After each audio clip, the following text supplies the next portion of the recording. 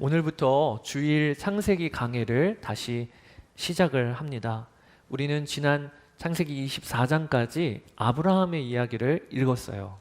기억나시나요? 아브라함이 아내 사라가 죽자 그녀를 헤브론에 있는 막벨라굴에 안치하는 이야기가 있었고요. 그리고 또 그 이후로 이제 자신이 100세에 낳은 아들 이삭을 결혼시키기 위하여 늙은 하인을 불러다가 하란 땅으로 보내면서 며느리감을 구해오도록 하죠. 그래서 이삭이 아내로 맞이한 이가 리브가였습니다. 그리고 오늘 창세기 25장은 아브라함이 175세가 되어 죽었다라는 이야기가 이어지고 있어요. 7절, 8절. 아브라함이 누린 횟수는 모두 175해이다. 아브라함은 숨을 거두고 세상을 떠나 조상들이 간 길로 갔다. 이제부터는 하나님 나라 이야기가 아브라함에게서 이삭으로 넘어가게 됩니다. 이제 이삭 이야기가 쭉 이어지게 될 거예요. 이삭은 그 이름의 뜻이 웃음이라고 말씀을 드렸지요. 근데 중요한 것이 오늘 본문에 보면 이삭에 대한 이야기를 하기 전에 먼저는 하나님께서 이삭이 어떤 사람인지를 한 줄로 기록을 하고 계시는데 그 본문 말씀이 아주 여러분과 오늘 나누고 싶은 핵심 구절입니다. 함께 11절을 읽어보겠습니다. 아브라함이 죽은 뒤에 하나님은 아브라함의 아들 이삭에게 복을 주셨다. 이삭 이야기가 전개가 되지 않았어요. 이삭은 어떻게 살았고 또 이삭은 두 아들을 낳았고 이런 이야기 하기 전에 먼저는 11절에 하나님이 이삭에게 복을 주셨다 라고 먼저는 선포하시고 그리고 이야기가 이어지게 되는 것입니다. 저는 이 구절이 왜 중요한가? 이 선언이요, 이후에 펼쳐질 이삭과 그 가정 이야기의 가이드라인이 되는 거예요. 이 구절을 안경 삼아 이삭 이야기를 우리가 보라고 하나님께서 이 아브라함의 아들 이삭에게 복을 주셨다라고 선포하시게 기록을 해놓으시고 그리고 이삭 이야기가 이어지게 되는 것입니다. 여러분, 하나님은요, 앞으로 우리가 보게 될 이삭이 어떠한 인물이고 어떠한 업적이냐 이어서 복을 주신 게 아니고 먼저는 복을 주시고 그의 인생을 복에 합당한 자로 이끌어 주신다는 거예요. 여러분, 이게 성경에서 말하는 은혜의 정의입니다. 세상은 그 사람의 자격을 보고 그에 합당한 대우를 합니다. 어떤 공로가 인정이 되거나 자격이 뛰어나거나 하면 그에 합당한 보상을 하는 게 세상의 방식이죠.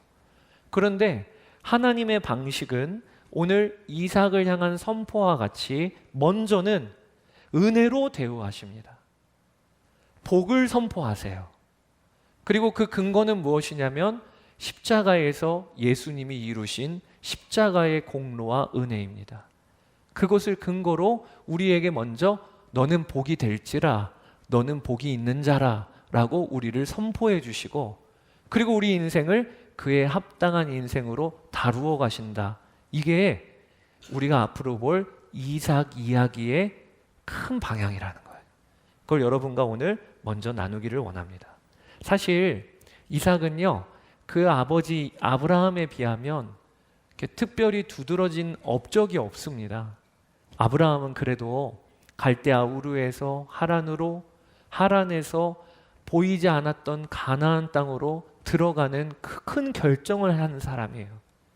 그리고 자신의 조카 롯이 엘람 왕 그돌라오멜 연합군에게 의하여 포로로 잡혀갈 때 그때 쫓아가서 생명을 구해내는 업적, 서사가 있는 사람입니다. 근데 그에 비하면 이삭은요, 특별한 업적이 없어요. 우리가 다음 주에 보겠지만 그저 아버지 때에 팠던 우물을 판 정도? 그리고 아버지의 못된 습성을 배워서 자신의 아내 리브가를 누이라고 얘기하는 그런 연약한 모습이 이삭의 모습일 뿐이에요. 뿐만 아니라 오늘 우리가 읽은 창세기 25장에 보면 이삭이 일군 그 가족들도 모범적인 가족이라고 보기가 어렵습니다. 오늘 우리가 보았지만 이삭은 40살에 리브가와 결혼을 했는데 자녀가 도통 생기질 않는 거예요. 그래서 하나님께 기도하면서 하나님이 응답을 주셔서 그의 나이 60살에 두 아이를 얻게 됩니다. 그런데 오늘 본문에 보면 쌍둥이가 그 뱃속에서부터 얼마나 다투는지 엄마 리브가가 이대로는 못 살겠다 해서 하나님께 나아갈 정도였어요. 그게 22절 이후의 이야기입니다. 그런데 리브가는 쌍둥이를 배웠는데 그 둘이 태안에서 서로 싸웠다. 여기 싸웠다라고 하는 게 그저 경쟁했다라는 단어가 아니고요, 전쟁했다라고 하는 단어입니다. 쌍둥이를 뵌 엄마가 얼마나 몸이 무겁고 힘듭니까? 그런데 이 두 아이들이 뱃속에서 전쟁을 벌이는 거예요. 그러니 너무 괴롭죠. 그래서 리브가는 이렇게 괴로워서야 내가 어떻게 견디겠는가 하면서 이 일을 알아보려고 주님께로 나아갔다. 주님께서 그에게 대답하셨다. 두 민족이 너의 태안에 들어있다. 너의 태안에서 두 백성이 나뉠 것이다. 한 백성이 다른 백성보다 강할 것이다. 형이 동생을 섬길 것이다. 그러니까 이삭의 집안에 태어난 이 두 아들은 태중에 있을 때부터 하나 될 수 없는 관계였다는 거예요. 그리고 그들이 태어나고 나서는 얼마나 두 쌍둥이가 다른지, 큰아들은 온몸이 붉고 털이 가득하다고 해서 그 뜻으로 에서라고 하는 이름을 지어줬어요. 이 에서는 들사람이 되어서 사냥을 즐기고 고기를 잡아다가 먹는 아주 그 묘사되어지는 것만 봐도 거친 성격의 사람이죠. 반대로 그 다음에 태어난 둘째는 형에게 지기가 얼마나 싫었으면 발 뒤꿈치를 붙잡고 나와서 이름을 발 뒤꿈치라는 뜻의 야곱이라고 이름을 지었어요. 근데 이 야곱은 형하고 얼마나 다른지 집 안에 거하기를 즐겨하고 조용한 사람이라고 기록을 합니다. 그러니까 여러분, 같은 집안의 형제 자매가 서로 우애하고 사랑하는 게 진짜 복이잖아요. 그리고 반대로 형제 자매가 서로 죽일 듯이 싸운다. 그러면 진짜 그건 지옥이잖아요. 이삭의 가정이 그랬다는 거예요. 지옥과 같이. 형제들이 태중에 있을 때부터도 전쟁하고 태어나고 나서도 얼마나 서로 다른지. 그래서 앞으로 펼쳐지는 이야기를 보면 이삭을 통해, 야곱을 통해, 그리고 에서를 통해 계속 갈라지는 이야기가 펼쳐지게 되죠. 그런 가정이었다는 것 뿐만 아니라 부모가 자녀를 편애하는 이야기를 오늘 본문에 기록을 하고 있습니다. 보면 28절에 이삭은 에서가 사냥해 온 고기에 맛을 들이더니 에서를 사랑하였고 리브가는 야곱을 사랑하였다. 그러니까 이삭은 아버지가 누구를 사랑했냐? 고기를 잡아다가 요리해 온 이 에서의 고기가 입맛에 맞다고, 그게 이유가 되어서 형을 편애했다는 거예요. 형이 더 마음에 든 거죠. 또 아내인 리브가는 둘째를 사랑했다는 거예요. 왜? 뱃속에 아이들이 싸울 때 하나님께 나아갔더니 하나님이 주신 약속이 뭐였냐? 형이 아우를 섬길 것이라. 그러니까 리브가는 아이들이 태어났을 때부터 특별히 둘째를 유심히 지켜봤겠죠. 그러면서 리브가는 자연스럽게 둘째 야곱에게 편애하고 마음이 기울었다고 본문에 기록하고 있어요. 왜 그럴까요? 이 가정이 평탄치 않은 가정임을 알려주고 있는 거예요. 부모가 편애하면서 자녀들 안에 불화의 씨앗이 있다는 것을 이야기해주고 있는 것입니다. 그런 가정인데, 그런 이삭인데 오늘 본문에 하나님이 이삭에게 복을 주셨다. 이거는 아예 하나님이 작정하고 이삭에게 복을 주셨다라고 하는 선언을 하신 거예요. 근데 이유가 중요합니다. 본문에는 왜 복을 주셨는지 이유가 담겨 있어요. 그게 무엇이냐? 아브라함의 아들이라고 하는 것에 비밀이 있는 거예요. 11절, 아브라함이 죽은 뒤 하나님은 그냥 이삭이라고 얘기하지 아니하시고 아브라함의 아들 이삭에게 복을 주셨다. 여러분, 하나님은요 아브라함과 약속을 하셨어요. 너를 복이 되게 하겠다. 너의 후손들이 하늘의 별과 바다의 모래같이 많게 하겠다. 그리고 내가 너를 통하여 모든 민족에게 복이 흘러가게 할 것이다 라고 하는 약속을 아브라함에게 주셨는데, 하나님은 이 약속을 기억하셔서 아브라함이 죽은 뒤에 그 아브라함의 아들 이삭에게 그 약속을 계속 이어가고 계시는 거예요. 그러니까 하나님은 그 약속 때문에 이삭에게 작정하시고 복을 주시는 것이 이삭의 이야기입니다. 그래서 이삭의 인생을 한마디로 요약하라고 한다면 이삭은요, 은혜를 누린 사람이에요. 은혜를 누린 사람. 이제 다음 주에도 우리가 살펴보게 될 거예요. 근데 여러분, 저는 오늘 이 이삭 이야기를 시작하면서 이 이삭의 삶을 통하여 어떻게 은혜를 잘 누리는가에 대하여 여러분과 나누고자 합니다. 하나님이 오늘 우리 예배드리는 우리 모두에게 은혜를 베풀어 주세요. 그런데 이 은혜를 누리는 사람이 있고 이 은혜를 그저 하나도 누리지 못하고 흘려보내는 사람이 있습니다. 그냥 은혜에 비껴나가는 사람이 있죠. 어디에서 차이가 나는 것일까? 우리 이삭의 삶을 통하여 보기를 원하는 것. 첫 번째는 은혜를 잘 누리는 방법, 이미 주신 은혜를 인정하며 그것을 누리는 삶을 살아야 된다는 것이에요.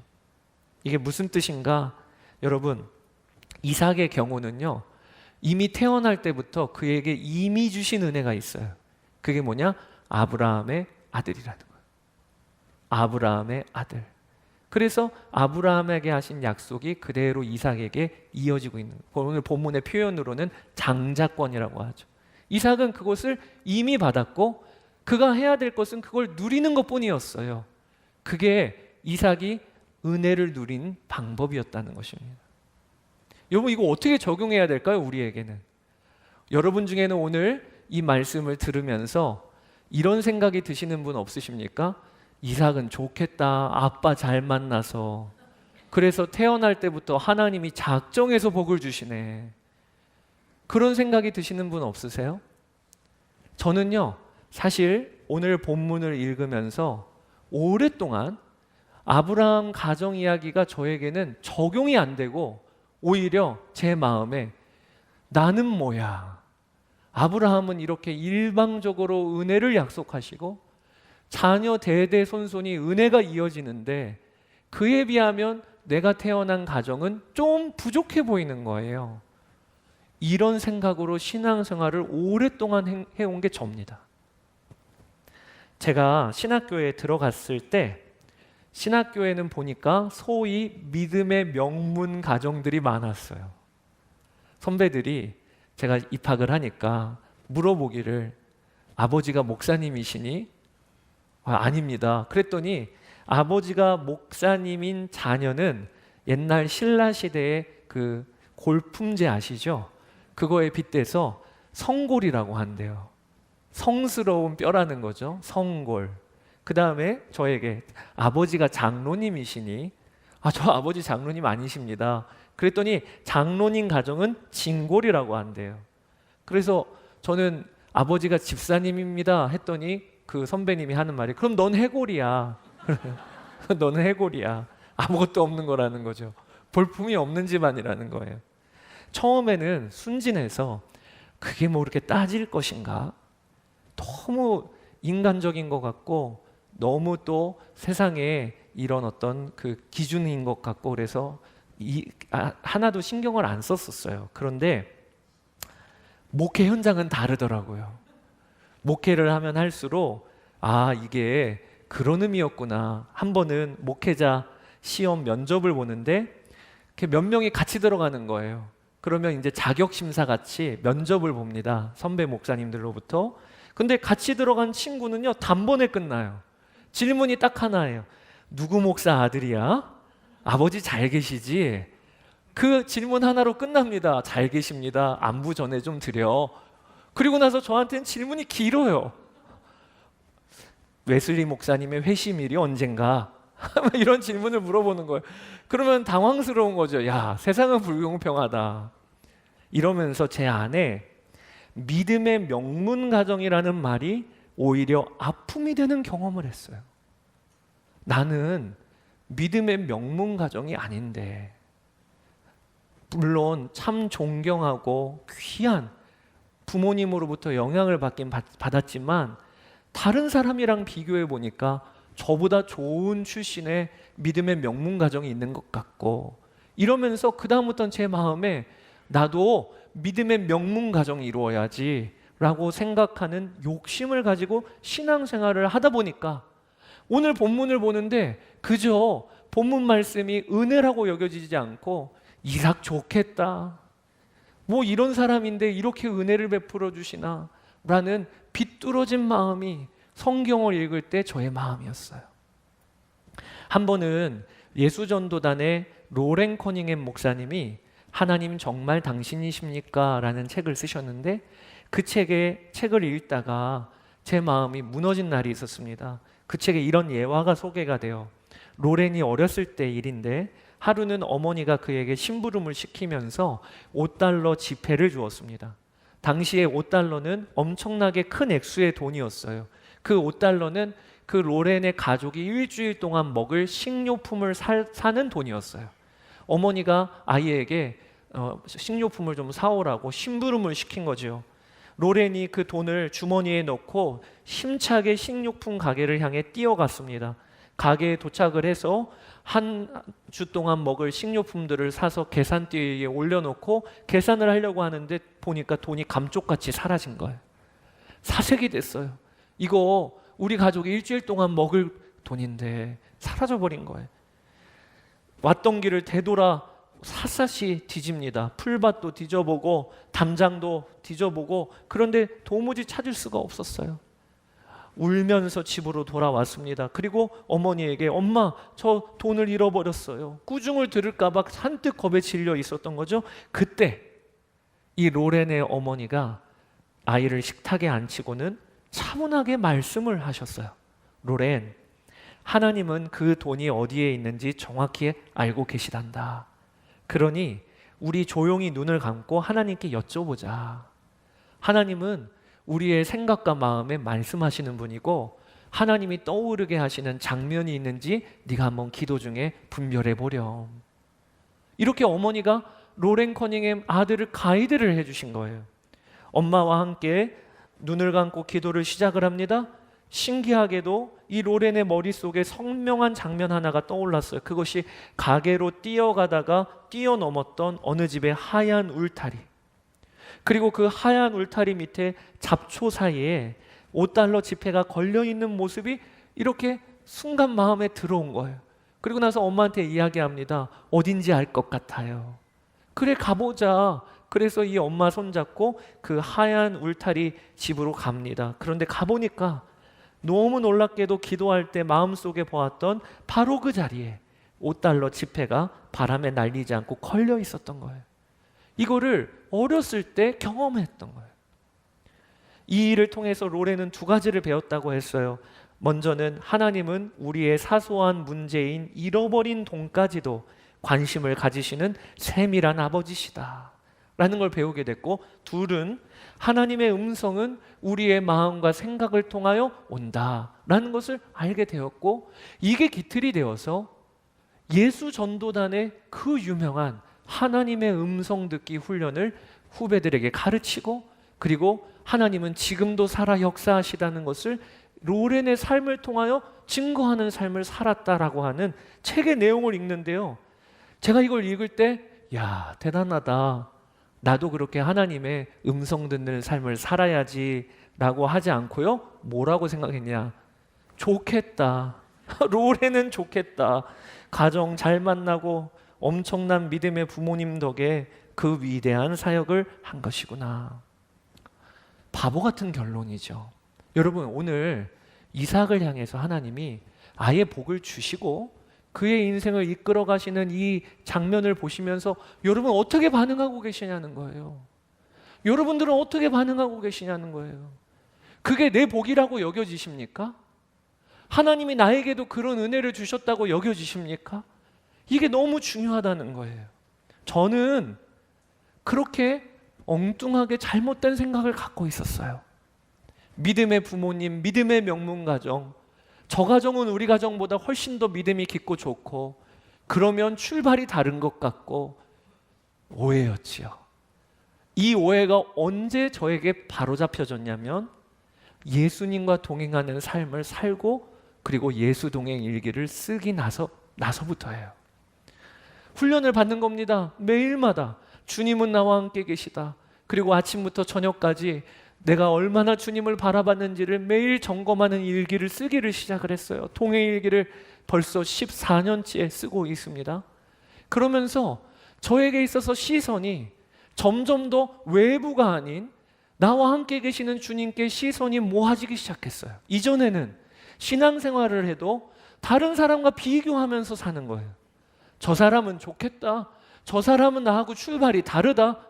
이런 식으로 비교하면서 늘 생활하니까 어떨 때는 교만했다가 어떨 때는 낙심했다가 늘 그런 식으로 신앙생활을 해왔는데, 그런데 이제부터는 저의 시선이 달라지기를, 외부가 아니라 지금 나와 함께 계신 주님, 예배를 드리는 이 시간에도 함께 계시는 주님, 그 주님을 바라보는 눈이 모아지기 시작하니까 그 다음부터 저의 믿음의 관점이 달라지기 시작했어요. 큰 교회, 작은 교회, 성공한 목회자, 아닌 목회자 이런 게 있는 게 아니고 중요한 것은 함께 계시는 주님이시더라고요. 함께 계시는 주님. 제가 어느 한날은 말씀을 읽다가 저의 인생의 말씀처럼 붙잡아진 말씀이 고린도후서 4장 7절입니다. 같이 한번 읽어보실까요? 우리가 이 보배를 질그릇에 가졌으니 이는 심히 큰 능력은 하나님께 있고 우리에게 있지 아니함을 알게 하려 함이라. 사도 바울이 문제가 많은 고린도 교회인데 그 문제의 핵심이 뭐냐? 교인들끼리 계속 갈라서는 거예요. 나는 바울파, 나는 게바파, 나는 또 아볼로파, 나는 그리스도파라고 갈라지면서 서로 비교하는 거예요. 제가 신앙생활하면서 가졌던 문제, 끊임없이 남과 비교하면서 저 사람은 복 받았고 나는 받은 복이 없다, 이런 식으로 여겼던 게 고린도 교회인데, 사도 바울이 고린도 교회 성도들에게 우리가 보배를 질그릇에 가진 자들이다. 우리는 서로 다르고 누구는 부족할 수 있지만 그게 중요한 게 아니라 우리 안에 오신 보배이신 예수님이 중요한 것이다. 그렇게 선포하면서 이는 큰 능력은 하나님께 있고 우리에게 있지 아니함을 알게 하려 함이라. 바울이 정말 성도들이 눈 열기를 원하는 것이 그거였어요. 우리의 모습이 중요한 게 아니야. 하나님이 누구시냐가 중요한 것이고 내가 하나님의 속한 자가 된 것이 중요한 것이야 라고 하는 것을 바울은 성도들이 알기를 원했는데, 저도 예수님과 동행하는 삶을 살면서 이 말씀의 의미를 알게 된 거예요. 그렇구나. 이삭의 어떠함이 중요한 게 아니고 이삭이 어느 소속인가가 중요한 거예요. 아브라함의 자녀로 태어나서 하나님의 약속을 이어가는 그 소속이 중요한 것이듯, 여러분 우리도 똑같습니다. 내가 어느 정도 실력이 되느냐, 내가 어떤 출신이냐보다 더 중요한 건 지금 내가 속한 소속이 어디냐가 더 중요한 거예요. 우리는 어떤 소속이지요? 이전에는 마귀의 종로를 타고 세상에 휘둘리며 살았던 세상에 소속되어 있다가 우리 주 예수님의 은혜로 말미암아 하나님 나라 백성 되었어요. 하나님의 소속이 되었어요. 그게 우리에게 일어난 일이에요. 그러니까 이게 중요하다는 거예요. 여러분, 이미 받은 은혜를 인정하고 누리는 삶이 중요한 것입니다. 우리가 앞으로 받을 은혜들이 많아요. 하나님은 풍성하신 하나님이세요. 그런데 여러분, 앞으로 받을 은혜를 진짜 누리려면 그러면 어떻게 해야 되느냐? 이미 받은 은혜를 인정하고 누리는 자가 되어야 하는 거예요. 이미 받은 은혜가 뭡니까? 하나님이 우리 아버지가 되셨고 성령 하나님이 지금 우리와 함께 계시며 지금도 우리를 인도해 주시는 이 일은요, 우리가 앞으로 받을 은혜가 아니고 이미 받은 은혜예요. 이미 받은 은혜. 광산에서 어떤 땅을 확인하고 채굴할 가치가 있는지 아닌지를 판단을 할 때 노천 광산일 경우, 땅을 깊이 파지 않는 경우에는 1톤당 약 1g만 있어도 채굴할 가치가 있다고 봅니다. 참 놀라운 이야기예요. 1kg당 1g만 있어도 채굴하는 게 아니고 1톤당 1g만 있어도 이거 채굴할 가치가 있는 광산이야, 이런다는 거예요. 만약에 1톤당 금의 함유량이 20g 이상이면 그 땅을 뭐라고 하냐면 노다지라고 한다. 우리가 소위 말하는 노터치. 여기는 절대 다른 사람한테 줄 수 없어. 노다지. 최고 등급의 광산이라는 거예요. 그런데 여러분 1톤당 20g은요 퍼센테이지로 하면 0.002%입니다. 0.002%. 겉으로 보기엔 완전 흙이에요. 그저 뭐 쓸데가 없는 거예요. 그런데 그 안에 우리 눈에는 보이지도 않겠지요. 0.002%의 금이 함유되어 있으면 거기는요 최고 등급 광산이라는 거예요. 여러분, 우리는 우리 인생을 보기에 출신도 좋지 않고 믿음의 가정으로 어떻게 단단하게 교육받은 게 없는 것 같기도 하고 또 늘 그냥 무너지고 금이 가고 깨진 게 있다고 해도요, 하나님은요 우리를 보실 때 우리 안에 와 계신 보배이신 예수님을 보십니다. 예수님을 보셔요. 그리고 하나님의 눈에는요 우리는요 쓸데없는 인생이 아니고 노다지와 같은 인생임을 여러분 하셔야 돼요. 이걸 귀히 여겨야 돼요.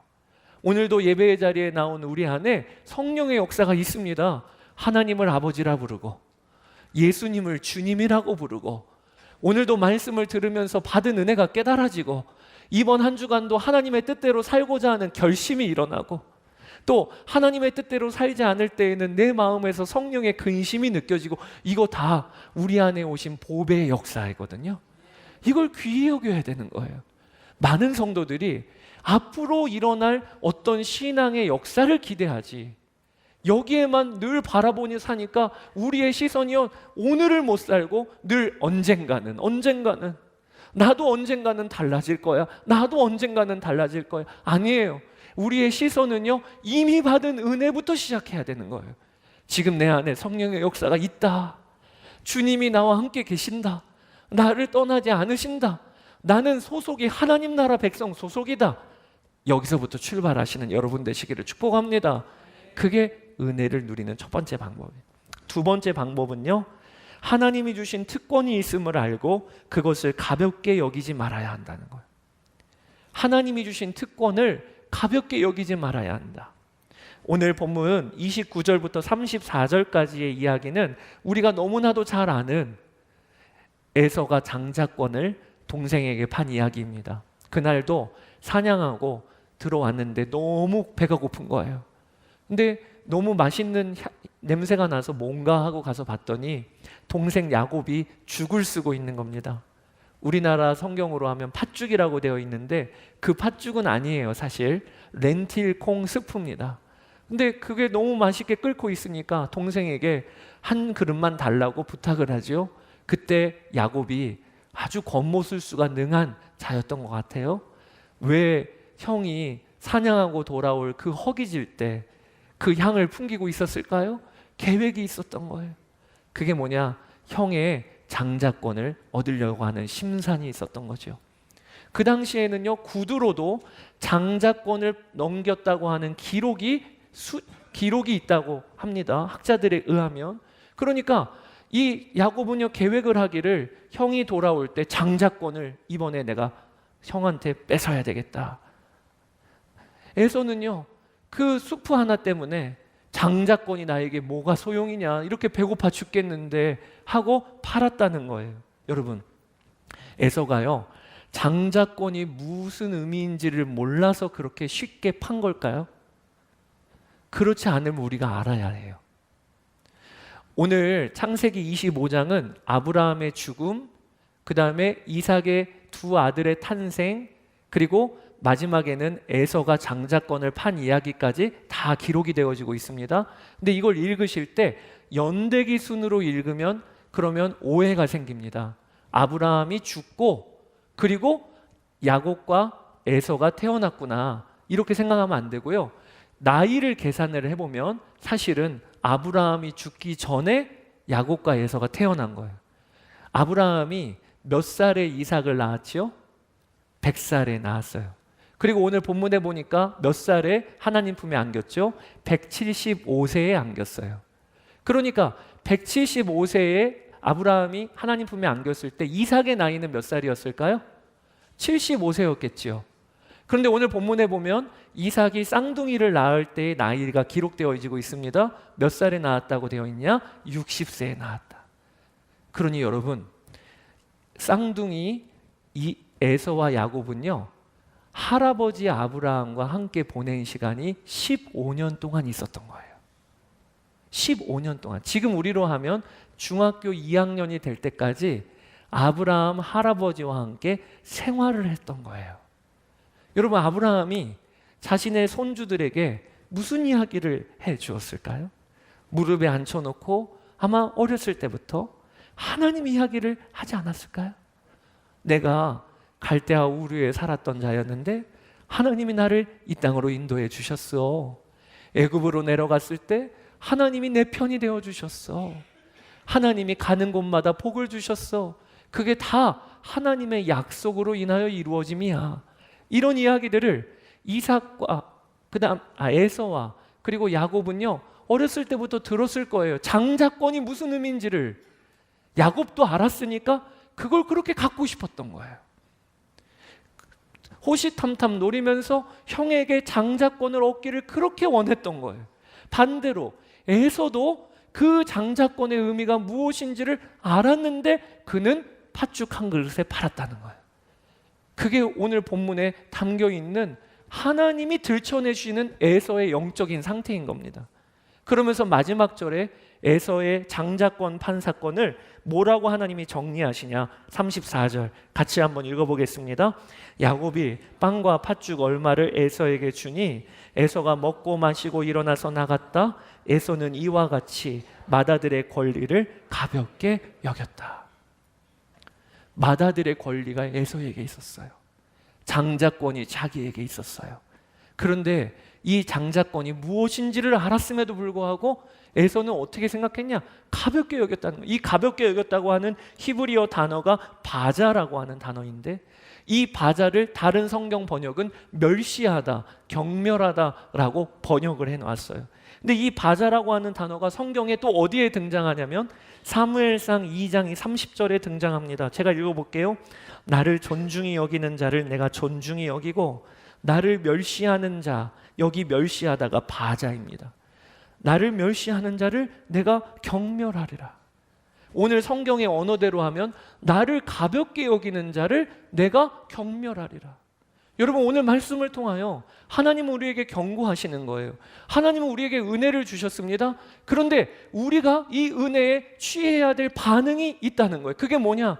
이 은혜를 가볍게 여기면 안 된다는 거예요. 에서는 하나님의 은혜로부터 결국에는 점점 더 멀어져서 나중에는 하나님의 민족인 이스라엘을 대적하는 가장 대표적인 민족이 에돔 민족이 됩니다.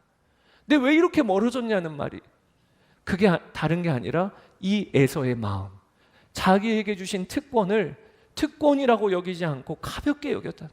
그래서 당장 눈에 들어오는 팥죽 한 그릇이 더 크게 보이고, 당장 내 배를 채우는 것을 위해서는 이 특권은 언제든지 팔 수 있는 이 마음의 상태를 경계하라고 하시는 거예요.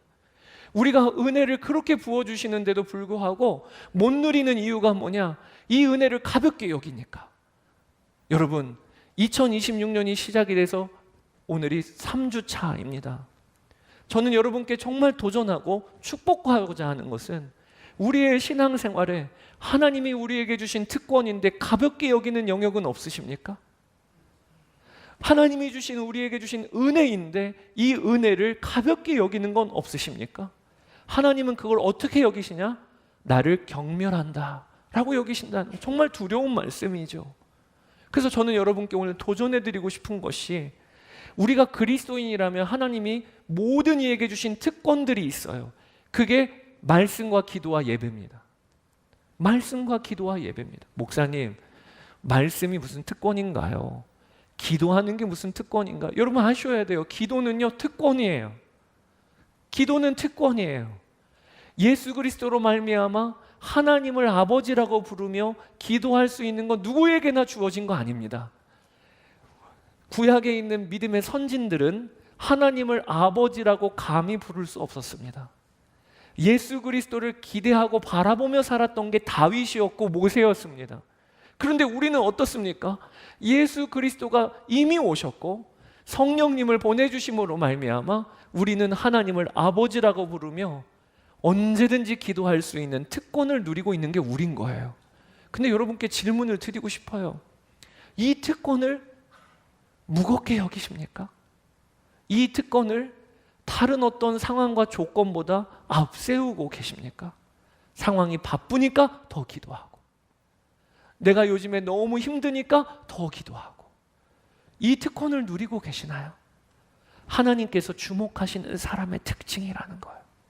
반대로 하나님으로부터 멀어지는 방법은 간단합니다. 하나님이 주신 특권을 가볍게 여기는 거예요. 그러면 점점 더 멀어져요. 믿음의 가정에서 태어났다고 해서 그게 우리를 보장해 주는 게 아닙니다. 오늘 에서를 보세요. 그 유명한 아브라함 그리고 이삭을 할아버지 부모로 두었으면서도 결국에는 믿는 가정에서 떨어져 나가게 되는 거예요. 두 번째 특권이 뭡니까? 말씀입니다. 우리가 손에 들고 있는 성경은요, 정말 인류 역사에 꿈도 못 꿨던 적이 있었던 특권입니다. 성경을 번역하다가 윌리엄 틴데일 그리고 존 위클리프, 영어 성경 번역하다가 나중에 화형당했고 한 사람은 부관 참시당했어요. 성경 번역하는 일이 목숨을 걸어야 되는 시절이 있었고, 그리고 그 성경이 인쇄가 되어서 손에 들리는 이 일은요, 인류 역사에 소수만 누릴 수 있는 특권이 우리에게는 너무 자연스럽게 주어지고 있는 거예요. 이걸 특권이라고 여기셔야 되는 거예요.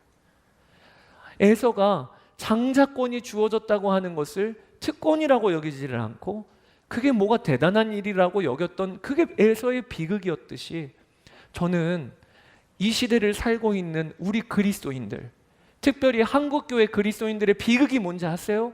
말씀과 기도를 특권이라고 여기지를 않고 짐이라고 여기는 거예요. 이걸 짐이라고 여기는 거예요. 기도합시다. 해야 되는데요. 말씀 봅시다. 또 독촉하시네. 이게 얼마나 하나님 보시기에는 안타까운 일인가. 이게 회복되어지시게 되기를 주의 이름으로 축복합니다. 북한에 949일 동안 2년 7개월 동안 억류되셨다가 석방되신 이면수 목사님, 여러분 아마 다 들어보셨을 거예요. 복음 전하기 위하여 북한에서 선한 일을 행하다가 무기 노동 교화형 선고를 받으셔서, 그리고 종신형으로 석방되는 일은 꿈도 못 꿨었죠. 그때 목사님께서 들어간 감옥이 독방이었습니다. 독방. 다른 동료들이 없어요. 왜? 이 목사를 통해서 불온한 사상이 혹시나 전파될까봐 독방에 가두어 놓고 누구하고도 대화할 수 없고 간수 외에는 소통할 수 있는 사람이 없었어요. 2년 7개월이니까 135번의 주일을 맞이하셨답니다. 날짜 가는지 어떻게 가는지 모르는 거죠. 해가 뜨면 그림 그리면서 오늘이 월요일이야, 오늘이 화요일이야. 그리고 주일이 되면 그 독방에서 혼자 예배를 드리셨대요. 주기도문 외우고 찬송하고, 그리고 성경 읽고 암송하고, 그리고 또 축복기도 하고, 이렇게 혼자 예배를 135번의 예배를 드렸는데, 그것도 참 대단한 거지요. 그런데 그 예배를 드릴 때마다 뼈에 사무치게 그리운 게 뭐였냐? 함께 예배하는 성도들이 그렇게 그립더래요. 찬양할 때 나 혼자 부르는 게 아니라 옆에서 함께 부르는 그 성도의 소리가 그렇게 고프더래. 그러다가 기적적으로 석방이 되셨죠. 그리고 나오셔서는 성도들한테 어느 집회에 가서든지 꼭 하시는 게 있어요. 옆 사람 얼굴 좀 보세요. 그게 기적이에요. 그게 특권이에요. 저는 몰랐어요. 그 전에 성도들과 함께 예배 드릴 때는 이 예배 자체가 기적인 줄을 몰랐어요. 함께 찬양하고 함께 손잡고 중보해 줄 수 있는 이 관계가 기적인지 몰랐는데, 북한에서 2년 7개월 동안 독방에서 예배 드리다가 내가 그동안 누려왔던 모든 게 특권이었구나. 사랑하는 여러분, 예배도 특권이에요. 예배도 특권이에요. 근데 여러분, 우리가 예배에 대하여 특권이라고 여기지를 않고 얼마나 가볍게 결정할 때가 많나요? 저는 우리 성도들에게 금년 한 해 우리가 좀 목표로 삼았으면 좋겠다 싶은 게 있어요. 그게 뭐냐? 오늘 에서를 반면교사 삼아 하나님이 우리에게 주신 특권을 무겁게 여기는 겁니다. 무겁게 여기는 거예요. 그게 은혜를 잘 받는 삶의 원리예요. 예전에 저희 믿음의 선진들은 예배드리는 일을 그렇게 준비했어요. 하나님께 헌금을 드리기 위하여 다리미로 다리고, 은행에 가서 요즘은 바꿔주지 않지만 새 돈으로 바꿔다가, 그리고 누가 본다고 옷을 최고로 좋은 옷을 몇 번을 다려서 그렇게 예배 자리에 오는 거죠. 왜 그랬을까요? 그게 특권이니까. 이전에는 예배드리고 싶어도 예배드리지 못했던 경험을 하니까 예배드리는 일을 특권이라 여기고 무겁게 여기는 거죠. 그러니 하나님이 이 나라를 세워주신 거예요. 우리의 삶이 어떻게 세워지는 것이냐? 하나님이 나에게 주신 특권을 무겁게 여기는 것으로부터 시작이 되어지는 거예요. 여러분, 그렇게 되시기를 축복합니다. 오늘 우리가 그 결단하기를 원합니다. 하나님의 은혜는요, 예수님으로 말미암아 우리에게 값없이 부어지고 있어요. 그런데 우리가 그 일에 반응해야 합니다. 이 은혜를 가볍게 여기지 마세요. 이 은혜를 무겁게 여기고 반응하십시다. 그렇게 세워지시는 여러분 되시기를 주의 이름으로 축복합니다. 이 시간에 우리 함께 찬양하고 기도하기를 원하는데, 오늘 찬양 은혜로다, 주의 은혜, 한량없는 주의 은혜, 변함없는 신실하신 주의 은혜, 이 찬양을 우리가 부를 때 나에게 이미 주신 은혜를 기억합시다. 나에게 이미 주신 보배이신 예수님이 내 안에 계신 이 역사를 기억합시다. 그러면서 고백하기를, 아름답고 놀라우신 그 이름 예수, 이렇게 이어서 이삭은 아브라함의 아들로 하나님의 언약이 이어졌는데, 여러분 그걸 보면서 어떤 마음이 드십니까? 예수 그리스도 안에서 사실 그 복은 나에게 온 거예요. 이걸 정말 우리가 알기를 원합니다. 그동안 내게 이미 주신 은혜가 있고 복이 있는데 이것에 대하여서는 전혀 반응하지 않고 늘 신앙생활하기를, 나도 언젠간 나도 그런 가정 만들면, 이런 식으로 우리의 시선이 엉뚱한 데 있지는 않으셨습니까? 오늘 이 시간에 하나님께 기도하고 반응하기를 원하는 것은, 최고의 복은 예수님이 내 안에 계심입니다. 가장 높으신 그 이름이신 예수님이 나의 부배가 되어서 질그릇과 같은 나와 함께 계심입니다. 이 받은 복을, 이미 받은 복을 정말 복이라 여기고 누리는 우리의 삶이 되게 하여 주시옵소서. 아버지, 이삭에게 주신 복이 나에게 이어지고 있음을 우리가 보는 눈이 열리게 하여 주시옵소서. 주의 이름 한번 부르고 기도하며 나아가겠습니다. 주여, 아버지 하나님, 이삭에게 주신 복이 나에게 흘러온 복입니다. 내가 누리는 복입니다. 이미 받은 복을 복이라고 인정하고, 이미 받은 복을 하나님의 역사 가운데 있음을 알게 하여 주시고, 아버지 하나님, 이것을 누리며 사는 자들이 되게 하여 주시기를 원합니다. 나의 주나요 아버지 하나님, 오늘도 하나님 우리가 예배 자리에 나와 아버지 하나님 가장 높으신 일을, 가장 좋게 하신 일을, 우리 주 예수 그리스도 보배이신 우리 주님이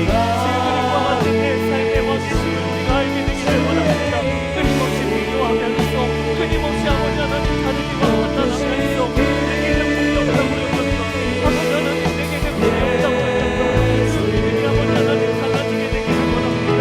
하나님이 이미 나에게 주시고, 하나님이 나에게 주시고, 하나님이 이미 나에게 주시고, 아버지 하나님 은혜를 우리가 누리며 사는 저희들 되게 하여 주소서. 아버지 하나님, 우리의 힘들었지만 우리 아버지 엉뚱하고 아름답게 되기를 원합니다. 아버지 하나님, 나에게 하나님 아브라함에게 주신 약속이 예수 그리스도 안에서 그대로 이어지고 있음을 알게 하여 주시옵소서. 아버지 하나님, 그 은혜를 누리는 자들이 되게 하여 주시옵소서. 아버지 하나님,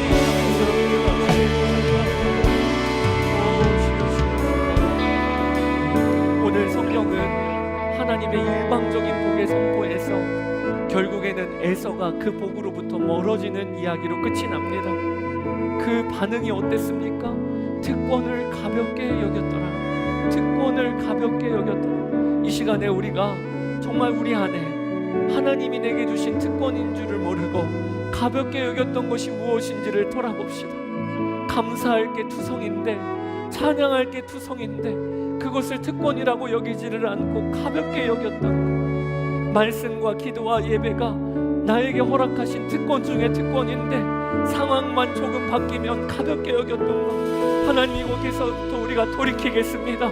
금년에 우리의 신앙의 방향을 특권을 무겁게 여기는 삶으로 나아가게 하여 주소서.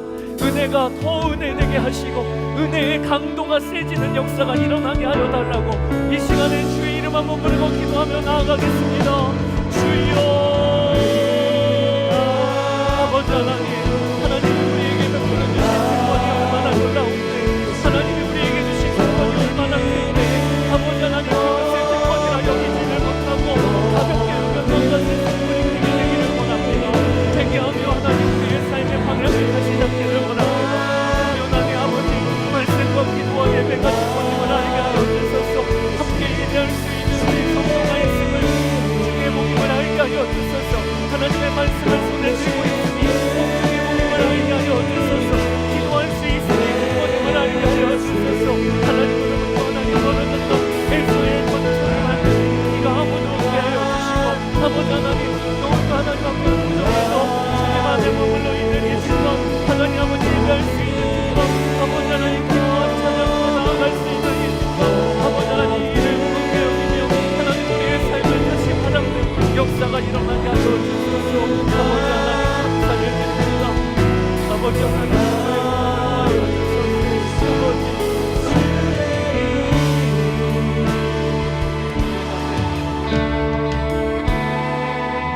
하나님 아버지, 아브라함의 아들 이삭에게 복을 주셨더라. 이 복이 예수 그리스도 안에서 아브라함의 자녀인 우리에게 그대로 이어지고 있음을 보는 눈이 열리게 되기를 원합니다. 신앙생활 하면서도 이미 주신 가장 큰 복이 있는데 이 복은 모르고 이 복을 누리지는 못하고 엉뚱하게 앞날만 생각했던, 언젠가는 복 주시겠지, 언젠가는 은혜를 누리겠지, 하나님 우리의 시선이 오늘 달라지게 되기를 원합니다. 이미 주신 예수님이 내 안에 계시고 하나님이 나의 아버지가 되셨고 성령의 역사가 내 안에 있음을, 이것을 귀히 여기는 한 주간을 살게 하여 주소서. 그리하여 복을 누리게 하시고 은혜의 가운데 살게 하여 주소서. 아버지 하나님, 오늘 에서의 모습을 통해 우리가 두려움으로 결단합니다. 특권이라고 주신 게 너무나도 많은데 이것을 가볍게 여겼던 죄를 회개합니다. 기도할 수 있는 특권, 말씀을 붙잡고 읽을 수 있는 특권, 함께 예배할 수 있는 특권, 하나님 금년 안에 이 특권을 무겁게 여기며 다른 어떠한 변수에 흔들리지 않고 하나님 특권을 특권이라 누리며 사는 저희들 되게 하여 주소서. 이번 한 주간도 우리와 함께 계시는 주님을 저희가 붙잡습니다. 예배드리다가 마음이 달라지고 믿음이 달라지게 하시고 이번 한 주간 주와 동행하는 삶의 시작이 되게 하여 주소서. 우리 주 예수 그리스도의 이름으로 축복하며 기도드렸습니다. 아멘.